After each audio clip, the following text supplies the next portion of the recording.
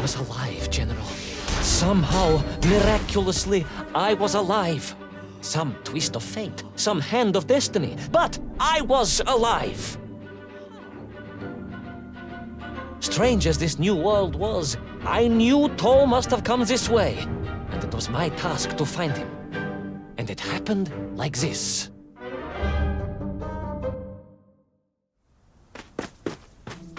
The sun beat down on me relentlessly.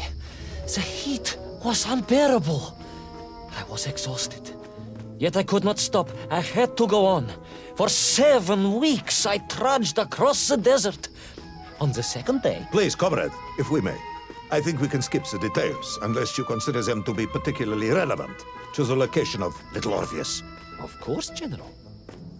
We will simply omit the tale of the singing chasm, the oasis of mirrors, the sightings of Toll's Mienk aloft on their pterodactyls carrying parts of my crashed rocket drill over the horizon to Lemuria. Wait, the what? Singing chasm? Not that, but the rocket drill. Oh yes, General, the rocket drill. But what did Toll want with it? And why Lemuria? Lemuria? Lemuria, General. I am not familiar with this Lemuria, comrade. Well, that is because it does not exist, General.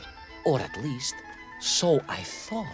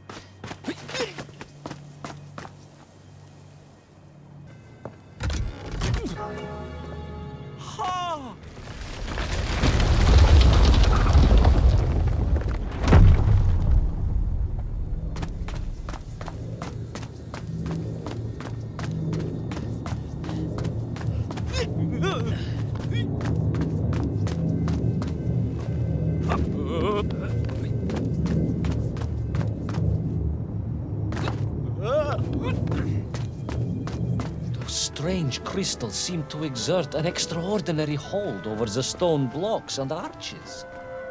When they hummed, the whole city remade itself.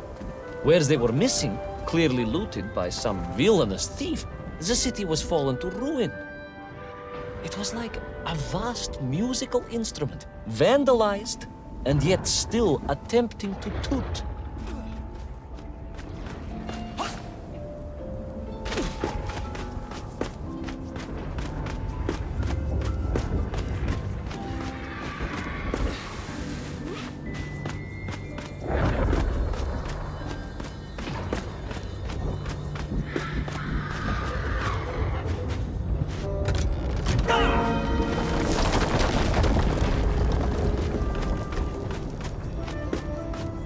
How poetic. I am sure our engineers would be fascinated and baffled in equal measure. Baffled in equal measure. If the whole department hadn't been arrested for sedition last week, I would happily convey it to their skeptical ears. Sedition, General? Really? That is unfortunate news indeed. I am joking, comrade.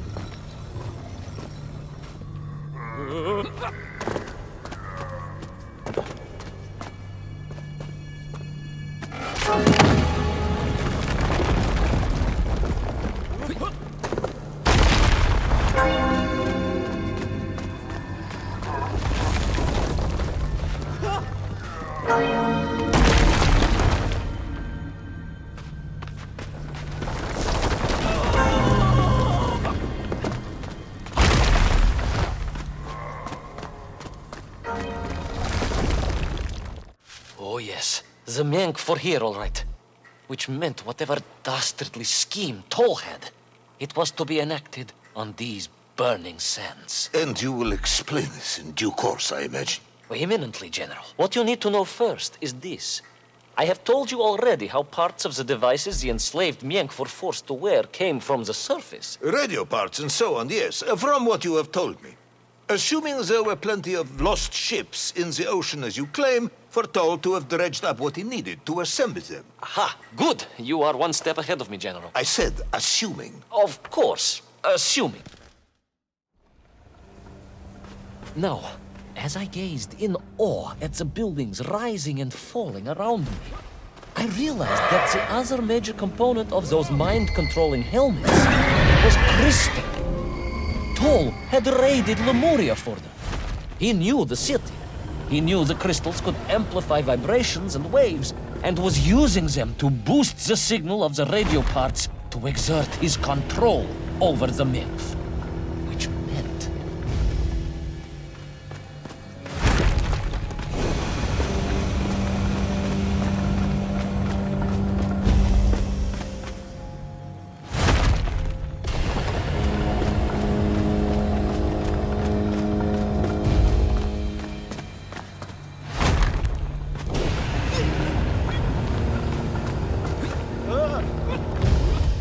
Yes? Imagine, General, what such amplification could achieve when fused to the finest atomic science our great Soviet civilization has produced.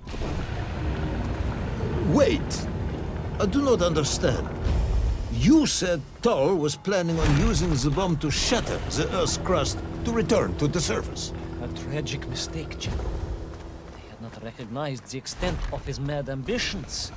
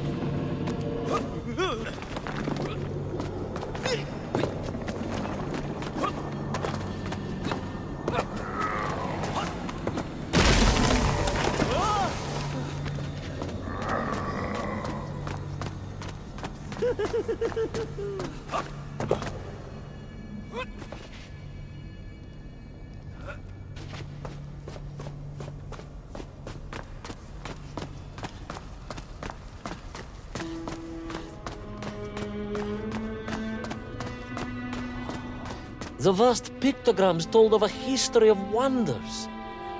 They seem to suggest the Lemurians were travelers from another world, where a mysterious clock seemed to stand. That is very mysterious. As mysterious as the location of little Orpheus, perhaps. Ah, yes, of course, General. I am just getting to that.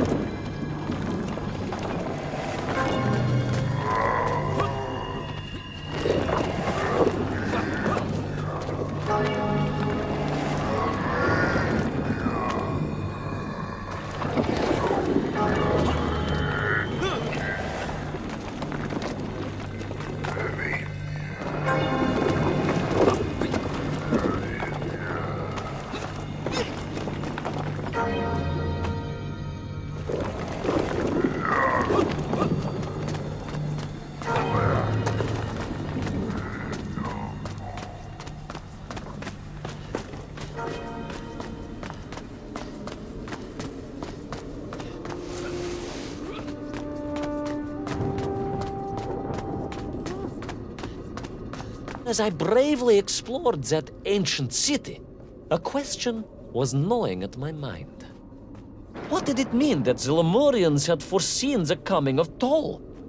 And who was the man from above that was celebrated as the savior of the Menkf? It was almost as if they could read the future in their crystals.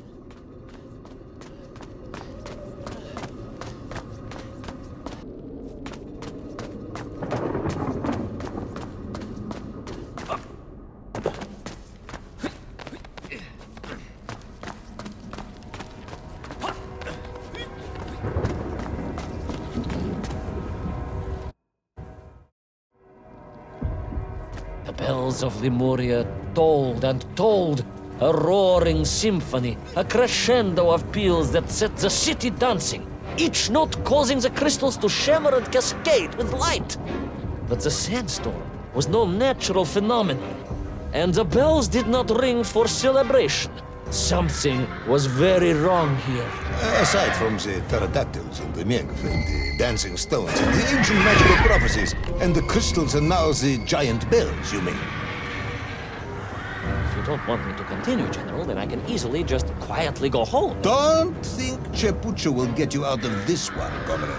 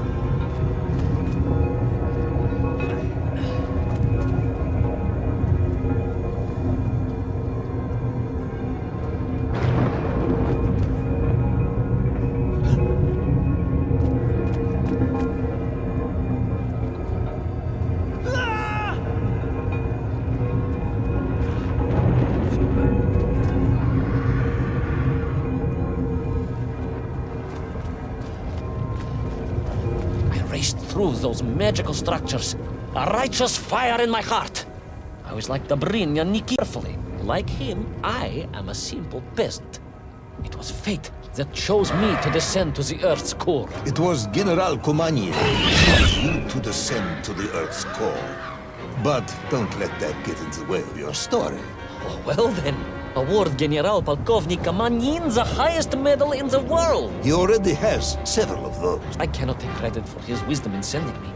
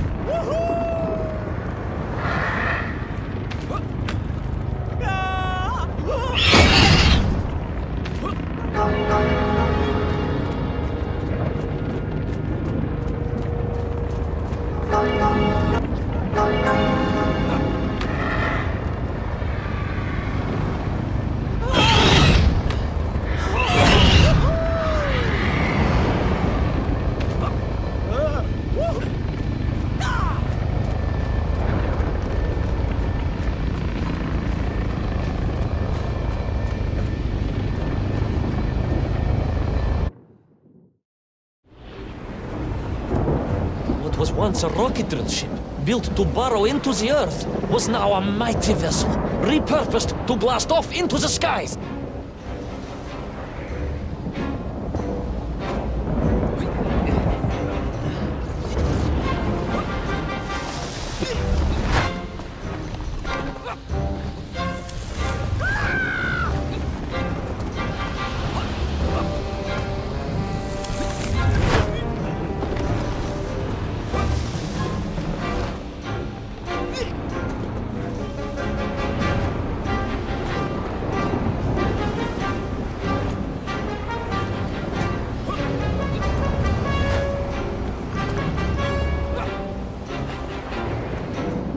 There was no doubt the toll was headed for the strange world with its clock, although to what end I was yet to understand. But there was no time to consider, no time for questions.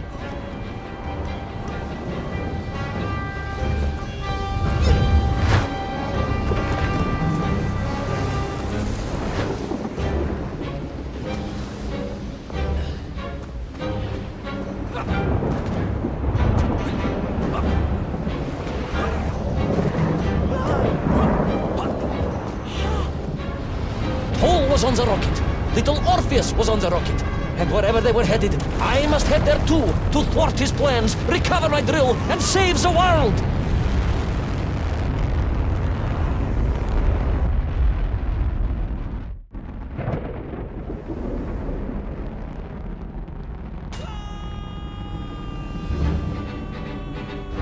Will our enthusiastic yet disorientated hero be burnt to a cinder by the rocket's engines? Will he be smashed into the rock that surely must be beyond the Lemurian skies? Does Nikolai Petrovich Kamenyan really need any more medals? What was the strange clock, and what could it all mean? All of these questions and more will be answered, if you're extremely lucky, in the next exciting episode of Little Orpheus!